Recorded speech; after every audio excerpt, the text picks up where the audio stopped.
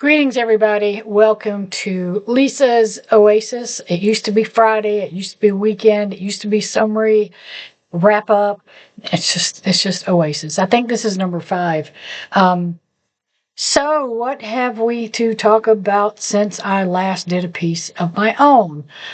We had the Common Ground meeting that was interesting. I made a little bit of a commentary on it, so I'm not going to go into it much, but it was really good to see the community coming together to discuss an issue, number one. Number two, it was really good to see that many people come out. I wish we could see that many people at other issues.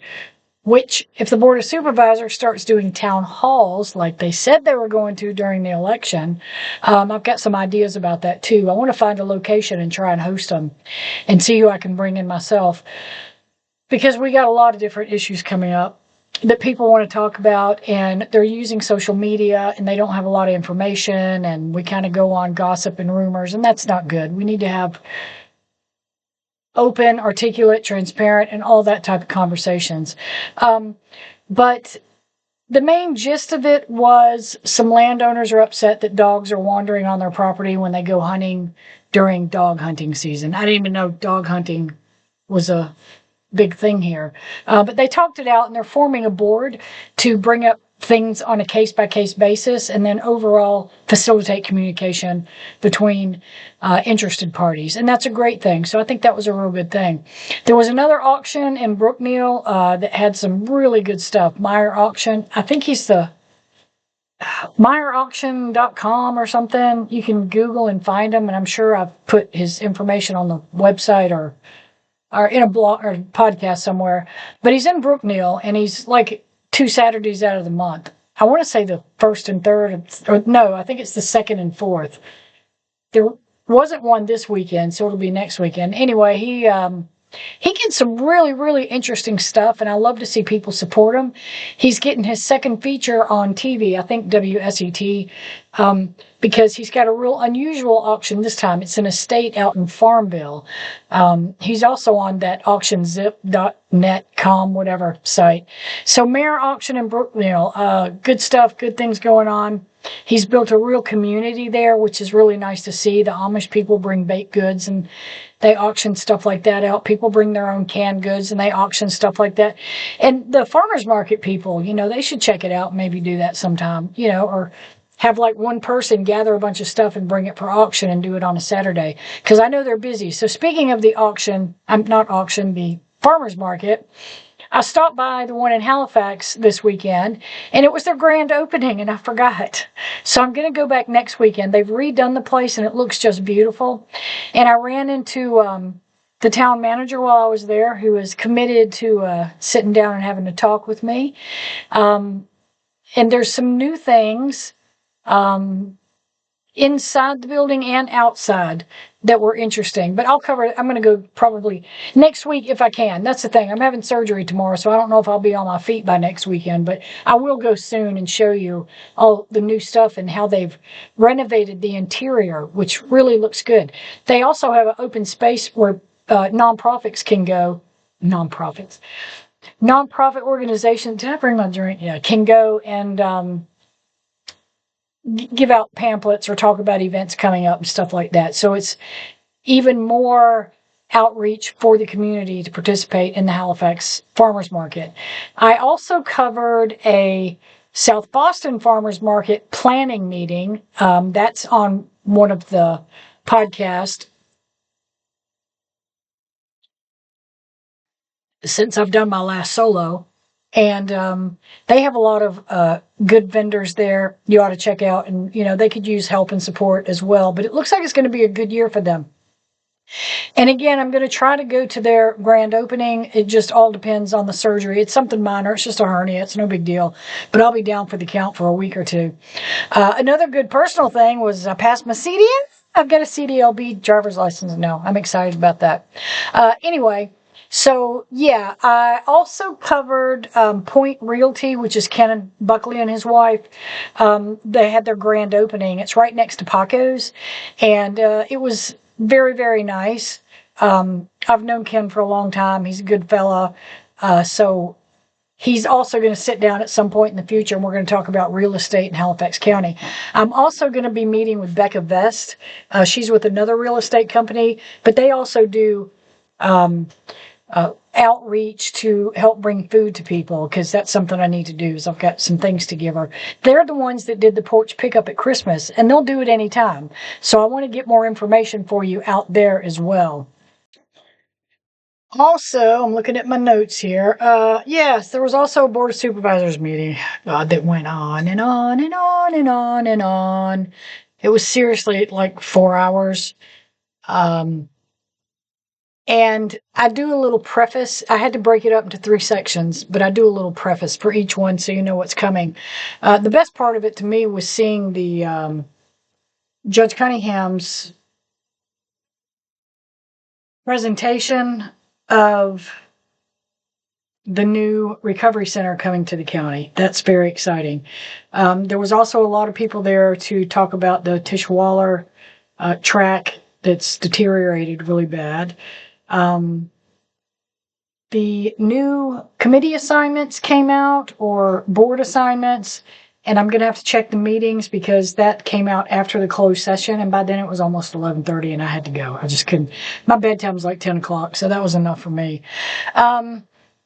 And there was a little bit of tussle back and forth, about people are not happy with some of the Board of Supervisors, and they made some negative comments, in fact, asking one to resign, and they kind of responded to that.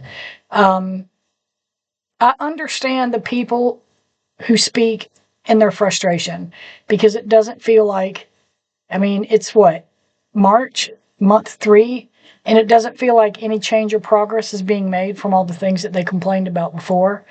But we do have to let them gain their footing. They also started spoon-feeding revenue potentials, such as a data center and a battery storage facility. I think what they're doing right now is just taking like the first steps. I don't even think they have a solicitation from a company yet. But I know on social media there's a lot of complaining about it. That would be something I think would be great to have a town hall about. But I think the most frustrating part to me is that people don't get educated on a topic and kind of assume the worst, or talk about the worst. I'm not saying I'm pro or for data centers. I'm just saying there's a lot of things being said and you kind of don't know what you're talking about. But mainly I would love to hear anyone come up with other revenue ideas, because we need revenue. I think it was Mr. Riddle was saying he wants to bring manufacturing back to Halifax County, but if there's no workforce, no housing, no this, no that, who's going to come? I'm concerned that, we seem to put all of our eggs in one basket of Hitachi. Not that, we shouldn't be grateful for them. Of course we are. If it wasn't for Hitachi, this would be a dead county. So it's just a very multifaceted issue. And there needs to be so much more research and discussion, but it also needs to be expedited because they need revenue and they need it now, because we need, number one, a 911 system. That's, I feel, should be the very top priority. There's a lot of grants out there. There's a lot of other things we could potentially look for. So, yeah, watch the Board of Supervisors meeting if you're interested. There was something about the towers from Verizon that didn't get approved. There was another thing, I think it was a guy in a car lot, and that got approved. Smaller things. There was also, oh no, let's come back to that. We talked about I posted on the website, a Kiwanis Club is coming. I really want to get involved in that myself. The Kiwanis Club's a great organization. It would be a great asset to the county. But if you go to my website and look under events, there's a flyer that I added to that tells you when there's I think it's this week. Oh God, I may not be able to make it, but there's a meeting of interest. Also, there's the election is on. That's also updated on the website for the redistricting.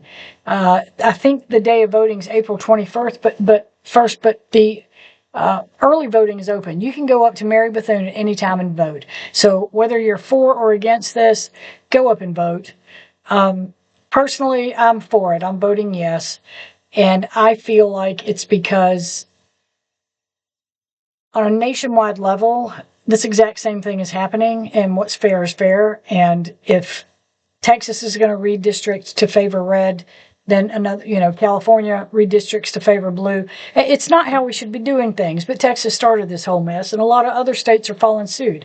So, yeah, I think we should redistrict, because it's not right that all over the country it's being done against you. So I see it as the balancing of the scales. And I've got some signs I'm going to put out in front of my house, and if you want to come throw eggs at me, you just go right ahead. But that's how I feel. And that's our right as in a democratic society, democratic country, is to write and to vote and speak your opinion, whether you think I'm right or wrong. Because I know this is a very red county. And I've heard a lot of people here talk about voting yes, and I understand their reasons why. However, for me, vote no. I've heard a lot of people talk about voting no and why they feel that way, but not me. I'm voting yes, and I've just told you why I feel that way. But regardless, go vote. Just go vote. Now, there's another story about a church in town that the pastor was evicted and then he was arrested for trespassing. I have reached out to him, and I'd really, if anybody knows him or can contact him, I've tried via the email at the church, but obviously they're not going to pass that message on now that I think about it. I'd really like to talk to him because it's kind of a concerning situation, and it sounds like something not befitting of a religious organization. And anyway, I'd like to explore that story. And then, of course, the big social media story is about our friend Mr. Tacknome. His name is Mr. Dunn. This has been all the talk on social media. It was mentioned in the paper. It involves South Boston Police Department, the Halifax County Sheriff's Office, and Ken Warfield Investigations. The piece of it that interests me most is South Boston Police Department, because there's some accusations against an officer, alleged accusations against an officer that, again, two sides to every story. On the one hand, it's being said that South Boston Police knew about this and allegedly swept it under the carpet, and he's still employed there. On the other hand, the South Boston Police Department says when it happened, it was investigated and it was unsubstantiated because the person didn't come forward or something to that effect. So that's where it's at right now. I have written to Officer Mann. I forgot his title. Sergeant? Captain? Mann. Clinton Mann. And he said he would answer my questions, but he's had them for a week and I haven't heard back from him yet. So Mr. Mann, please get on that and answer my questions. Mostly I'm asking about what's your policy? How's it enacted? What's the chain of command in an incident like this? Because if there's any truth to this, it definitely needs to be addressed. It's one of the topics that will get me up in arms right off the bat. Anybody that has followed this knows from day one I was on the Epstein, and the child trafficking story that is nationally going on now. It disgusts me. It makes me angry. I can't believe we're at this point in our culture and society that heads have not rolled, so to speak.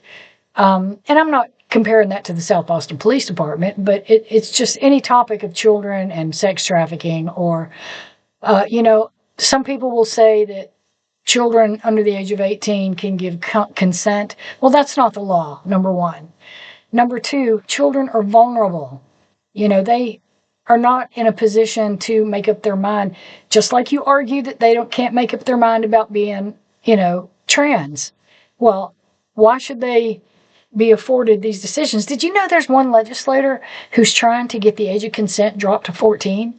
For girls, of course. I find that horrifying. So anyway, number one, it's the law. Don't have sex for kids under 18. And I'm not going to say boys will be boys and, kids will do this and you can't control them. Set the standard. But probably the most disturbing part of this is you have a person in power and a vulnerable underage person. It's the power differential and taking advantage of that vulnerable person, whether they say they're consenting or not, that needs to be addressed. I want to know, what is their policy? What is their protocol? Who do they report it to? What were the steps taken the first time? Does the public need to be notified? Because if you're in a school and one of your teachers is accused of sexual misconduct, I think you'd want to know. I think that that person should be put aside till a full investigation was done. Now, I haven't gotten any answers from the police department, so I don't know if they followed any kind of protocol. But we need to know this.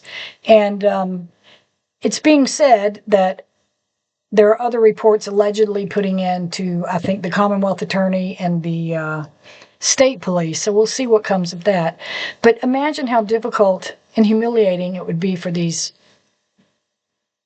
young kids to come forward with this, which is another reason it needs to be handled so carefully in detail, not swept over or minimized or making any other defensive excuse for it.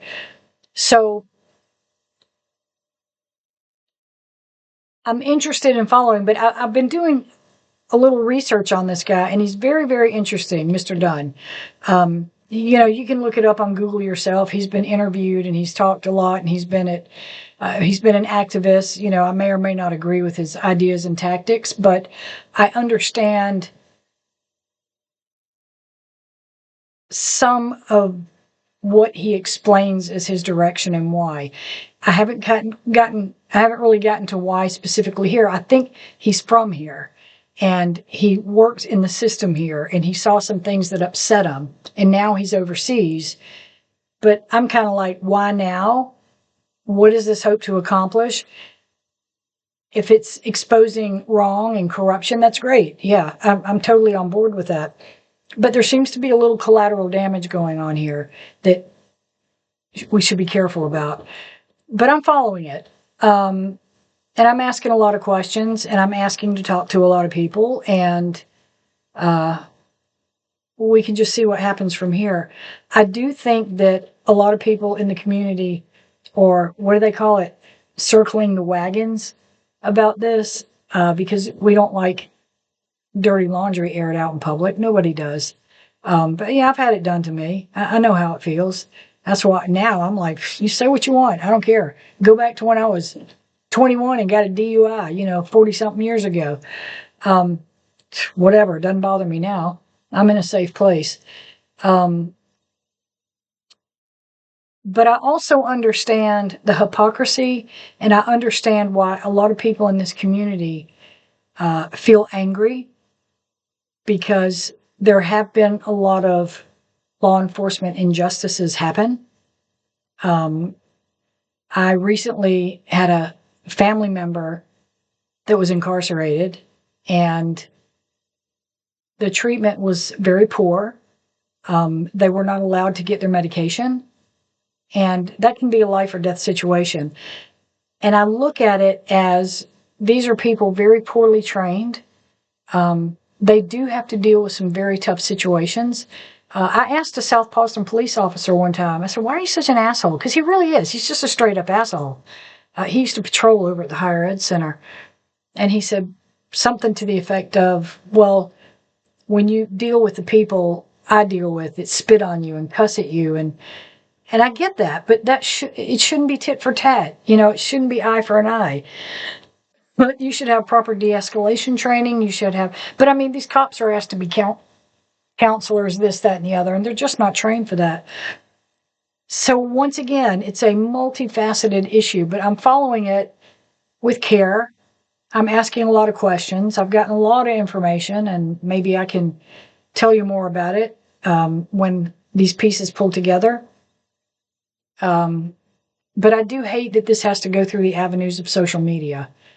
But where else would it go these days? I mean, it's not like people congregate anymore. And as a result of that, there was a protest about a week ago. I don't know. This last time frame has seemed like forever. It's just compacted into a couple weeks.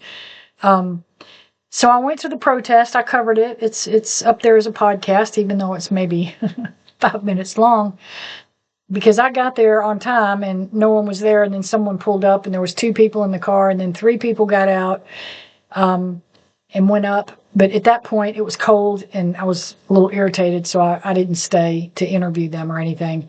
But they did have signs saying that this officer who's still there is an alleged predator and you needed to fire him. So I hope South Boston Police Department doesn't just ignore this. This needs to be addressed.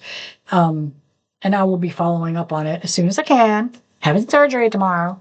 But I admire that people want to protest it. I was also at the protest at the YMCA about the lady who had to give up her seat. Or actually, she was escorted out and threatened with trespass because of a seating issue. That was also handled really poorly. And then we have this pastor who was, arrested for trespassing in his own church.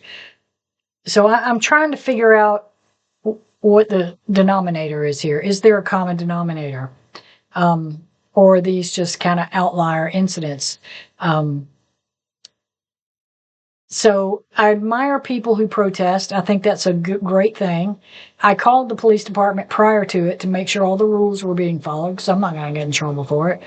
And they were quite affable about it. But as much brouhaha as I read on social media, for 3 people to show up was really sad. I would think people would be angry about it. Now, I know it was during work hours and it was cold, and maybe it just should have been organized better. I think there was a follow-up the next day, but I was unable to follow up with that myself. But it was never mentioned in the paper. So there's a No Kings protest coming up this month. I'll be at that and I'll be covering that. I went to the last one. Those are a big deal for me. And, maybe some people there would want to, reorganize some of this. Mochifa, she has a podcast or website. I'm not sure what to call it. She's a digital creator. Mochifa knows. I actually met up with her a couple times. She's the one that kind of sponsored it. But, if she's going to organize something, she needs help from her community, from our community. So that is something I'm hoping that my website can do, is advertise and put up events and bring the community together. I mean, that's the whole purpose of it. All right. So what else? So those are the main things main things. That's a ton of them. And I've got something written here about volunteer starting. What am I talking about? See, so much happens in so short of a time, it's hard to remember. Was there some volunteer thing starting? God almighty. And we covered the Board of Supervisors. We talked about Judge Cunningham. We talked about that amazing recovery center. We talked about Becca Vest, the Kiwanis. I've got a note up here about this waste fee. Somebody brought that up. This was something enacted ages ago. I am probably going to post my my hearing I had over my personal issue with South Boston, if I have time to, before surgery. Because, that's the thing too. Tomorrow, Monday night, what date is that? Monday, March 9th, I think it's at 6 o'clock, South Boston Town Hall. A lot of people are going, and I can't go because I'll be recovering, to protest discuss, whatever. There's a new rule about picking up trash. It can only be so many feet long. It has to be bundled. It can't come from a contractor. It's got to be personal. Anyway, they're like, this is a little too restrictive. And I think they're going to go say something about it. So I think I put it as a flyer on my website. So if you're interested in this new refuse pickup rule, educate yourself, call town hall, ask them about it, and then show up and talk about it. These are the moments that people can deal with issues, kind of like a town hall. Yeah, this is what your local government is there for. The refuse pickup, Monday night, show up. I'm trying to get somebody to film it. I can't promise it, but I'm trying to. And then the other thing I think you really need to know in regard to South Boston is this fence ordinance. They can deem anywhere from 4 to 25 feet setback from your front yard. So that if this is your front yard, it has to be 4 feet. But if you have side fences, they're not on a street. They're just separating yards. There's a setback there. Well, mine was less than what she came out and said it was. So I have to reduce part of my fence down to 4 feet. Well, I drove around South Boston and they're everywhere. And I took pictures and I said, the only time you have cited someone in 14 years is if a neighbor complains. And I have a neighbor complaining about me. So they cited me. It's only happened twice before. 3 citations in 14 years. So this is discriminatory. It's, retaliation as far as neighbors can use it and weaponize an ordinance. And it's supposed to be for safety. And I'm on a one-way street, for God's sake. Anyway, point is, I lost. I got to reduce the size of the fence. But I told her I didn't put addresses on the pictures I gave her because I'm not a rat. I don't go around snitching on people. But she said she's going to take all these and find them and now go around and make everybody reduce their fences. So you can thank my next door neighbor for that. I'm sorry. I didn't mean to set off a domino effect with this.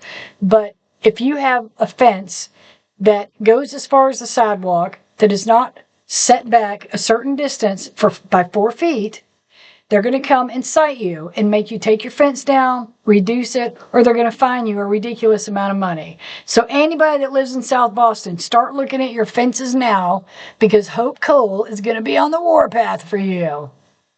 And I filmed that hearing I had so that you can see it. And I thought I presented it well, but my neighbor got up there and told lies on me. So, what can you do? And he's an old man, so they just make me look bad. Whatever. Anyway, I think that's all I want to cover. A lot of things we're following. A couple of interviews had to reschedule, but we'll be on track after I heal, doing more of those. I especially want to try and get together with some more Board of Supervisors. I think they've kind of been told not to talk to me. That's okay. I'm not an aggravator. I just like to get information, and I will see you when I see you.